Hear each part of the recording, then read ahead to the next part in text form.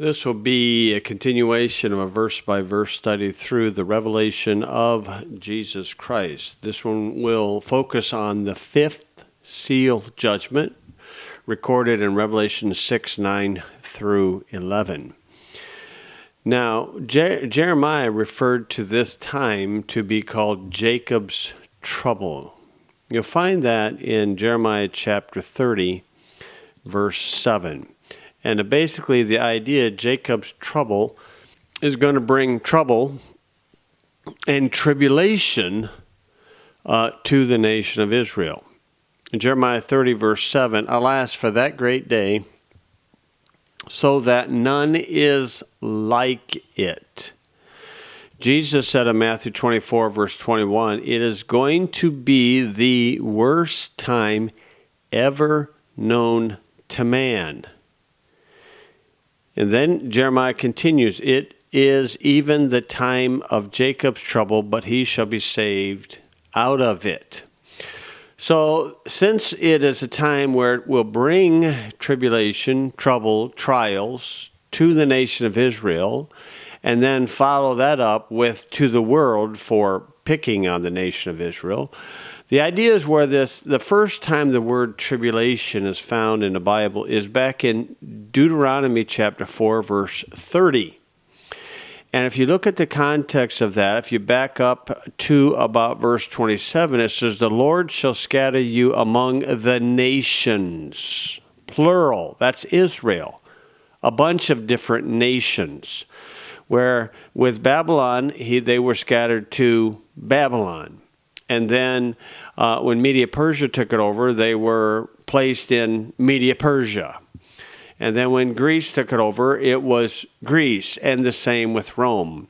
Well, today, and especially in the tribulation or Jacob's trouble, they will be scattered throughout the world to the ends of the earth, which would most likely be Antarctica.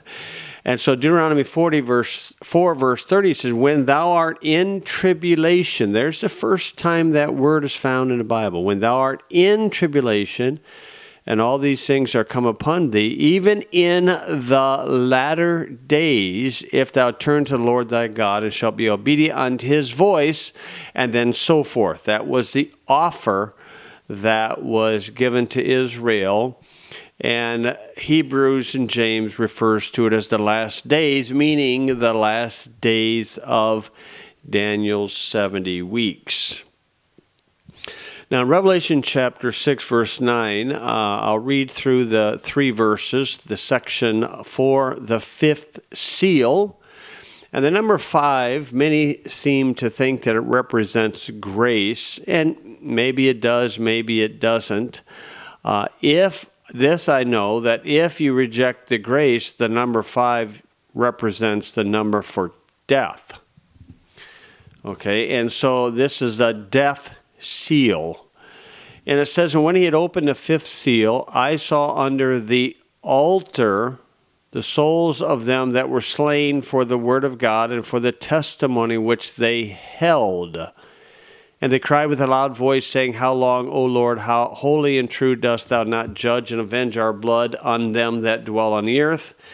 And white robes were given unto every one of them, and it was said unto them that they should rest yet for a little season until their fellow servants also and their brethren that should be killed as they were. How will they be killed? A beheading. And then it says, should be fulfilled. Okay, back up in verse 9. I saw under the altar. What altar? Is that the front of the auditorium on the platform that Baptists often say, come to the altar and pray? No, it's not that altar. This is a Jewish altar. An altar that will be in the Jewish temple or tabernacle that will be rebuilt during the time of Jacob's trouble, as Jewish people are in preparing of building this. What happened to these people? Their souls were slain for the word of God. Where at? in the altar, in a Jewish tabernacle. Human sacrifice. This is what Daniel referred to be as the abomination of desolation. Okay, if you go back to Matthew 24, in verse 13, I know is a famous verse for Pentecostals to hold people in bondage to their system. He that endureth to the end shall be saved, the same shall be saved. But the next verse, it says, and this gospel of the kingdom shall be preached in all the world for a witness unto all nations, and then shall the end come. The end referring to the end of Daniel's 70th week. Not the gospel of the grace of God, the gospel of the kingdom. And then Jesus said, as recorded by Matthew, when ye therefore shall see the abomination of desolation spoken of by Daniel the prophet, stand in the holy place. Somebody standing in the holy place. Whoso readeth, let him understand. And then let them which be in Judea, not the United States, flee into the mountains. Okay, back to our text in Romans 6. If you have a reference Bible, at the word fifth seal is the little number 4, and that will direct you to the footnote where it reads, the fifth seal refers to the martyrdom of the Jewish remnant in religious sacrifices in the Jewish temple. And there's references. The Antichrist, the workers of iniquity. Who is that? Well, it could be flesh and blood people, but it also could be demoniac kings, demoniacs fulfilling the bidding of Lucifer. And satanic sodomites, we probably could even say transgenders, will eat the flesh and drink the blood of sacrificed Israelites. The abomination of desolation was not referring to Titus sacrificing a pig in the Jewish temple. Obviously, that would be blasphemy of the Jewish religion, but that doesn't weigh at all to the idea of sacrificing of people and then turning around and eating them. Now, look at all those references I have in the bottom in that footnote. We're going to run through many of them. I don't think all of them, but we're going to run through many of them. So I saw under the altar the souls of them that were slain, they were martyred, will be murdered, and then they will be down in Abraham's bosom, verse 10, crying out for vengeance. Okay, that's my guess where they would be, down there. Okay, and so there's a lot that we could look at this. This is an idea that the Bible speaks more of than church membership, baptism, and tithing put together. Why is it that that's the focus of churches, especially Baptist churches, rather than some of these other things in the Bible? Well, it's because those things a person gets a personal benefit out of it. Okay, so let's run through some of those references. Psalm 14, verse 4, it says, have all the workers of iniquity no knowledge. Okay, so there's that phrase that I used. It's an interesting study, workers of iniquity. It's found, I think, 21, 22 times in the scriptures. Associated with the mystery of iniquity recorded in 2 Thessalonians 2. Now notice what these workers of iniquity do. Who eat up my people as they eat bread and call not upon the Lord. Now, is that literal? Are they literally eating people?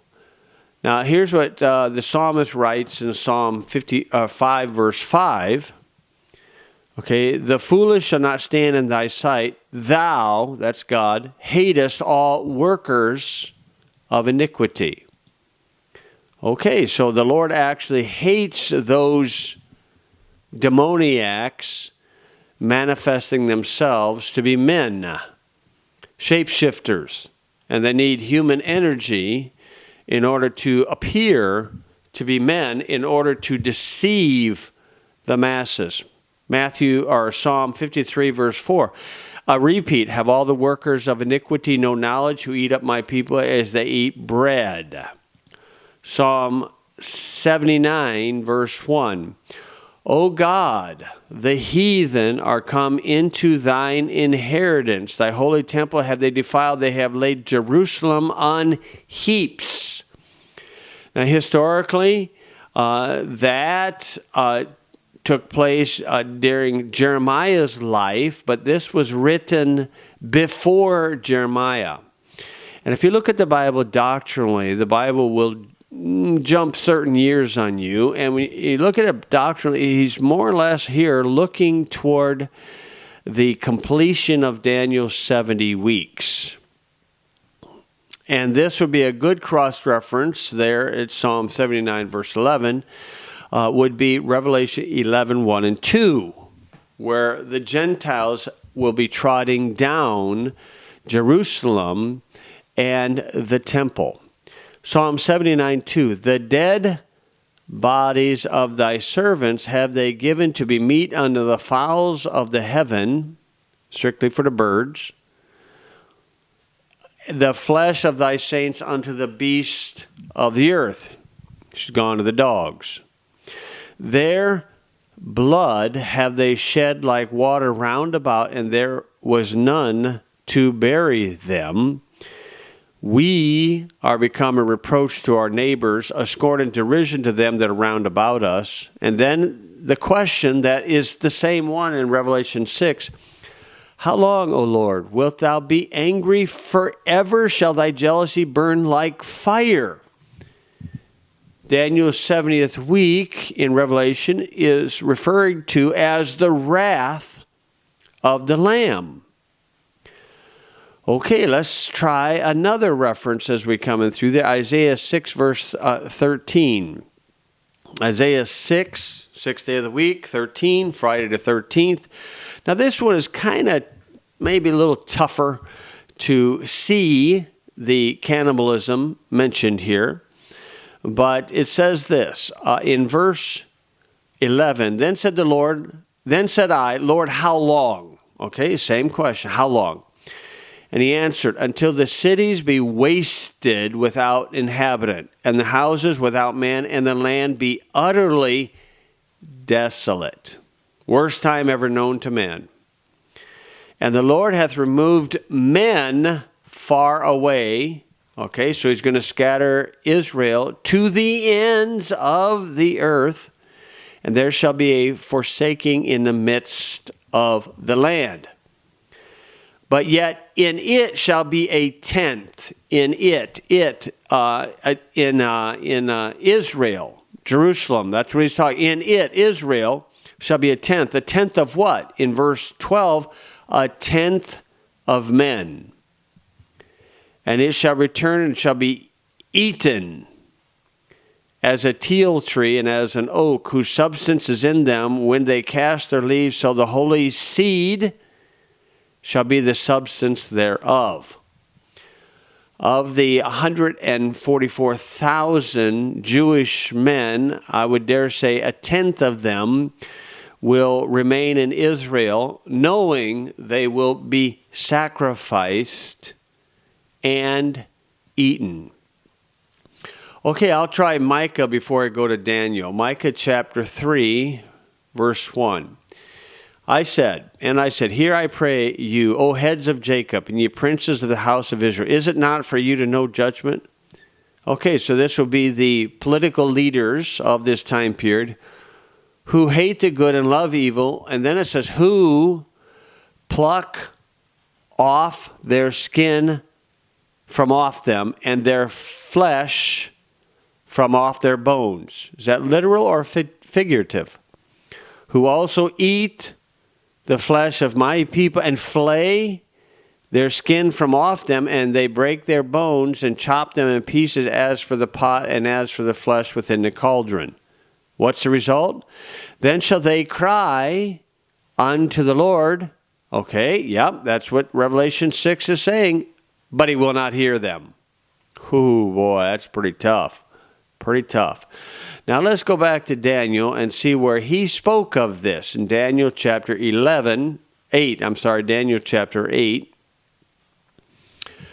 in verse 10. And it waxed great even to the host of heaven. Okay, it is this he-goat that's mentioned. Historically, that would be Greece, but doctrinally, it's a reference to the Antichrist. And he says, and it waxed great even to the host of heaven, and it cast down some of the host, and of the stars to the ground, and stamped over upon them. Yea, he magnified himself even to the prince of the host, and by him the daily sacrifice was taken away, and the place of his sanctuary was cast down. And an host was given him against the day of sacrifice by reason of transgression, and it cast down the truth to the ground, and it practiced and prospered. Then I heard one saint speaking, another saint said unto that certain saint which spake, How long shall be the vision concerning the daily sacrifice and the transgression of desolation? That's what Matthew 24 is referring to give both the sanctuary and the host to be trodden underfoot. Okay, the great prophecy that provides the standard for Jacob's trouble is in Daniel 9:24 to 27. And this was interpreted by Gabriel as he explained it to Daniel. Now it says, this is where you take everything to the start. I don't care who you talk to. Okay, if you're talking about the tribulation, if you're talking about mid-tribbers or post-tribbers or partial rapture people or pre-wrath people, it doesn't matter. All you got to do is you ask them, where do they come up with the concept, the idea, the doctrine of the tribulation? That's what they commonly know it as. The Bible refers to as Jacob's trouble. But where do they come up with the concept of that? Well, hopefully they can take you back to its source in Daniel 9:24. And so there's our starter. You go back there. 70 weeks are determined upon thy people, upon thy holy city. Okay? It didn't say determined upon the church. Didn't say Gentiles. It didn't say the United States. It didn't say Russia, South America, Canada. It didn't say that.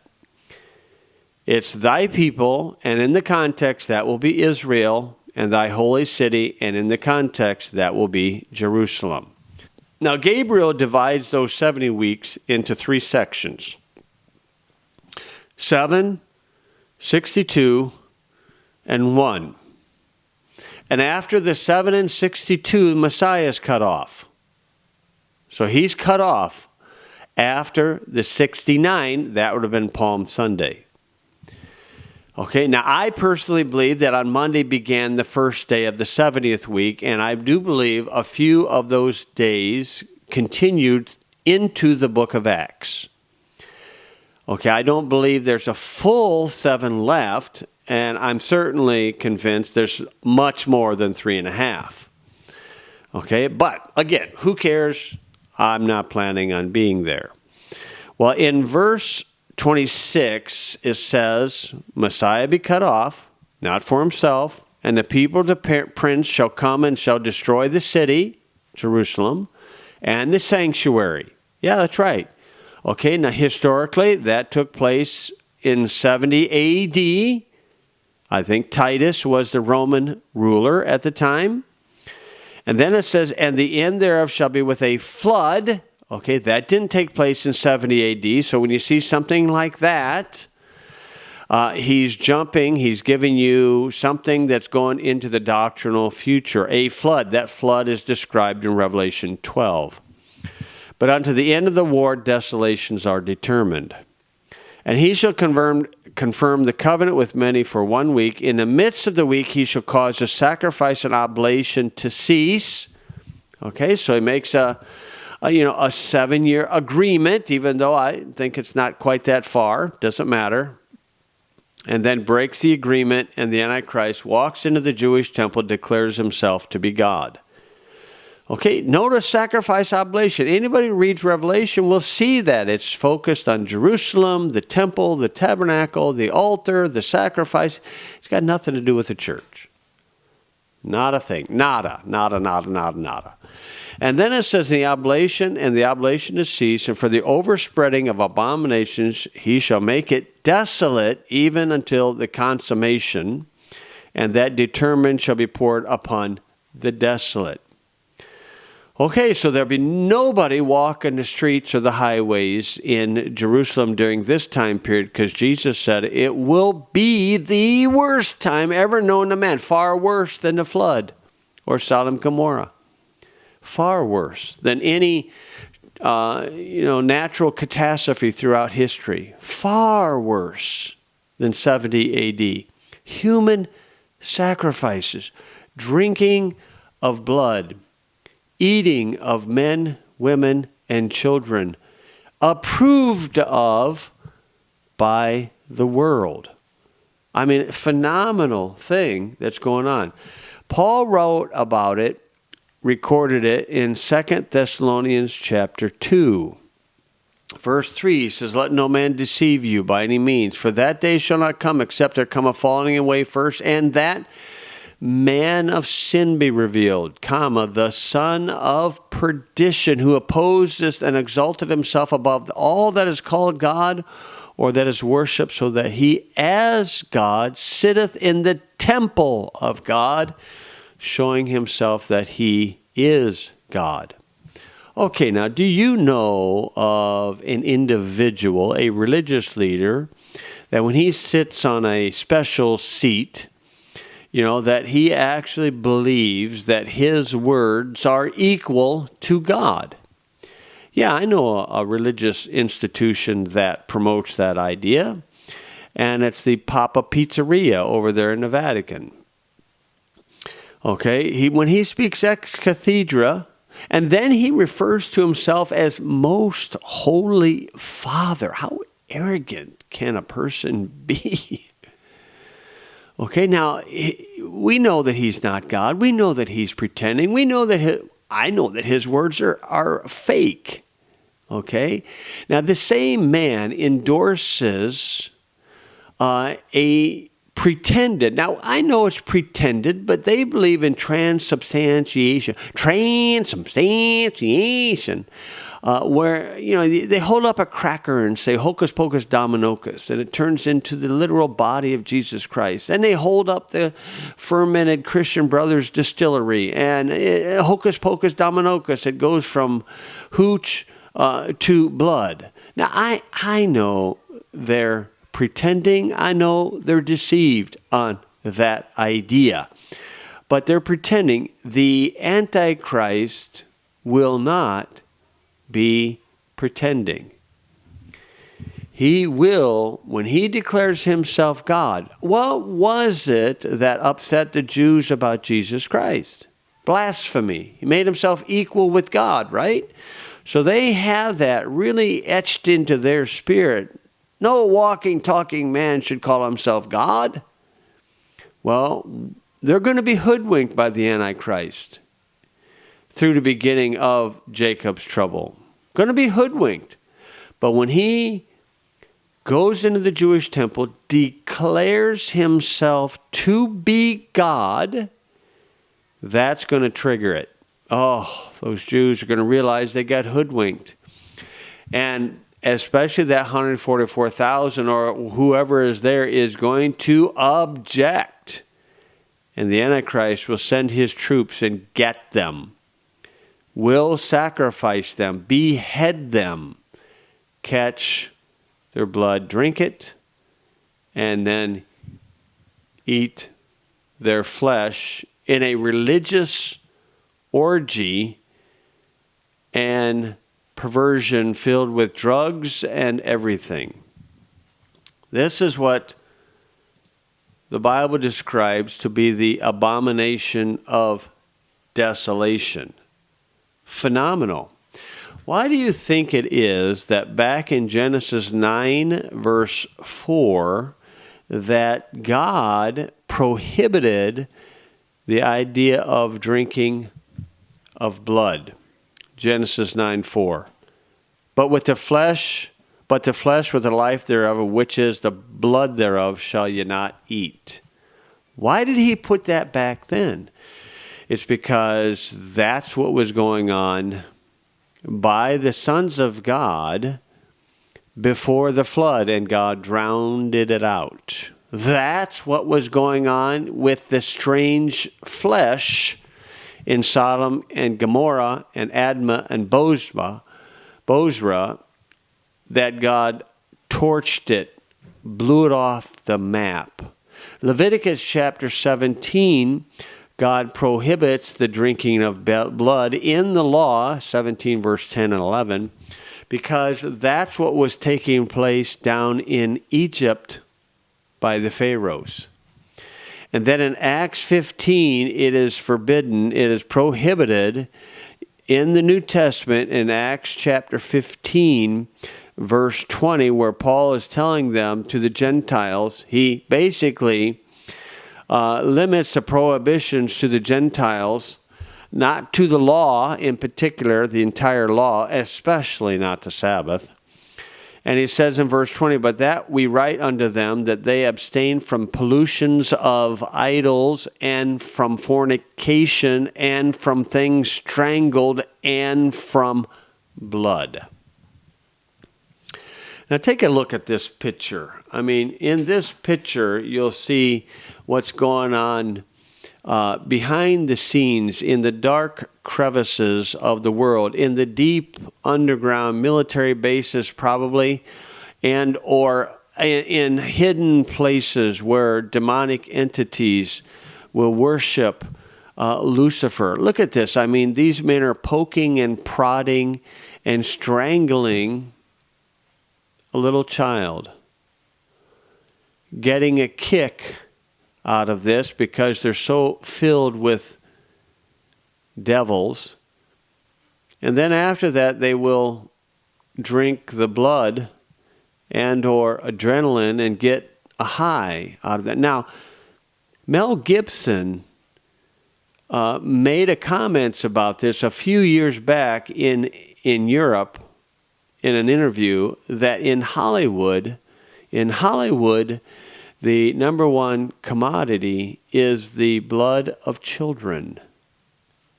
Oh, now was he just kidding? Why would you kid about something like that? Okay, that is what Revelation 6, verse 9 is referring to, where friends in high places get spiritual power from Lucifer through this means. Demonic entities. How far down a road does a person go to do that? And this is why God flooded the earth in Genesis 6 and blew Sodom and Gomorrah off the map. Now these martyrs, in verse 10, will be praying, how long, O Lord, holy and true? And in the reference Bible, at the word how, there's a letter P. And if you go to all those cross references in the middle, back in the Psalms, you'll see that many of those Psalms are writing doctrines about Jacob's trouble and about this Jewish remnant who will inherit the Abrahamic promises as foretold by Paul in Romans 9 through 11. And then in verse 11 it talks about the white robes that will be given to them. And Revelation 20 verse 4 reveals that they will be beheaded. The Lord Jesus said in Matthew 24:21 that this will be the worst time ever known to man. Now, I don't know if the Lord is going to allow this to be revealed before the rapture. President Trump, Donald Trump, was the very first president who brought human trafficking to the forefront. And he and his administration, through the entire 4 years, even up until today, have been working behind the scenes, rescuing children and women from human and sex trafficking. And so is the Lord going to manifest this? If the Lord allows this to be manifest, many people, the vast majority of people are going to be in a stupor, in a cognitive dissonance attitude. You will discover, if God allows this to be made manifest, that your celebrity and your political hero may be more evil and dark than you could ever imagine. And this is where a Bible believer has an advantage. 1 Peter 5 verse 8, that Satan walketh about seeking whom he may devour. Is that literal? My friend, I dare say that it is. So the fifth seal judgment in Revelation 6 verses 9 through 11, the events of that are seemingly to being brought out in the open, and God is testing man to see where he's at. God's testing the church to see if they believe his words. So this is a most awful, horrible, deceptive time ever known to man, the fifth seal judgment.